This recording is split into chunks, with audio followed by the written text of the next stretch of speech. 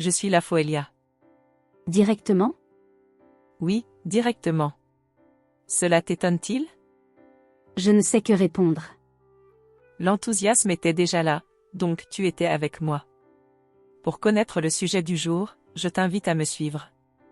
Comme d'habitude, je suis impatiente de découvrir de nouvelles choses. Nous nous retrouvons dans l'un des nombreux jardins de l'Arcadène, le vaisseau-monde d'Athéna.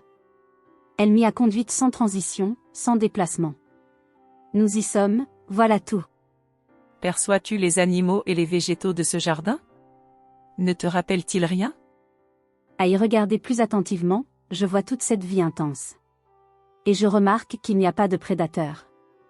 Je veux dire qu'il y a des animaux qui ressemblent à des crocodiles, d'autres à des lions, mais ils sont pacifiques. Et il n'y a pas de peur non plus, pas de lutte pour la survie, pas de guerre de territoire. Comment est-ce possible? Ce jardin de mon vaisseau est un lieu d'expérimentation. Nous travaillons ici à adapter différentes espèces les unes aux autres. Elles se trouvent dans un environnement tellement chargé en prana qu'aucune d'elles ne doit se nourrir de manière solide. L'idée de devoir manger pour survivre est peu à peu déprogrammée en eux. Et cela se fait aussi pour les végétaux. Nous sélectionnons des individus pacifiques, parmi des espèces déjà très harmonieuses, qui n'émettent pas d'ondes ou de produits destinés à écraser leurs voisins pour obtenir plus de nutriments ou plus de lumière. C'est un peu un paradis? Oui, un lieu où la paix peut être partagée avec les autres règnes, les autres espèces, un lieu dédié à la cohabitation sans concurrence. As-tu déjà noté que la concurrence est issue de l'instinct de survie, qui lui-même prend racine dans la peur de mourir? Cela a créé des schémas de comportement très puissants dans l'évolution des mondes denses. Ici, nous travaillons à nettoyer différentes formes de vie de ces instincts guerriers, afin de les implanter dans divers lieux du cosmos où cela a du sens. C'est étonnant. Je croyais que tout l'univers fonctionnait dans une relation de prédation, juste parce que toutes les formes de vie ont besoin de se nourrir. Se nourrir oui, mais la qualité de cette nourriture peut énormément varier en termes de vibrations nutritives. Cela varie en fonction des besoins de la vie. Certains mondes sont si denses et si opaques que seule la relation de prédation permet d'y faire fleurir la vie.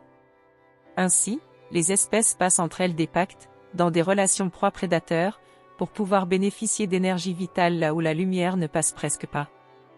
Je comprends. Si la lumière est en abondance, on peut la capter facilement, sans besoin de passer par le fait de manger une autre forme de vie. C'est exact. Et puisque ces possibilités vont revenir sur votre planète en cette époque, nous aidons à accélérer la mise à jour des instincts de survie de certains de vos animaux et de vos plantes.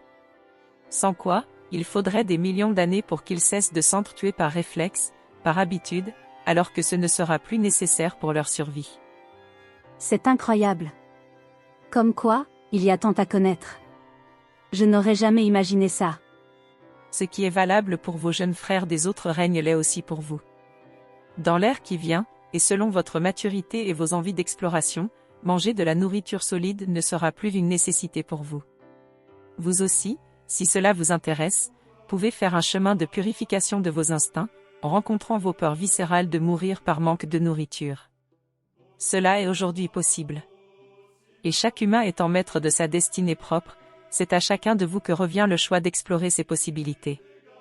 Sachez que nous sommes à vos côtés pour vous y aider, si vous le souhaitez.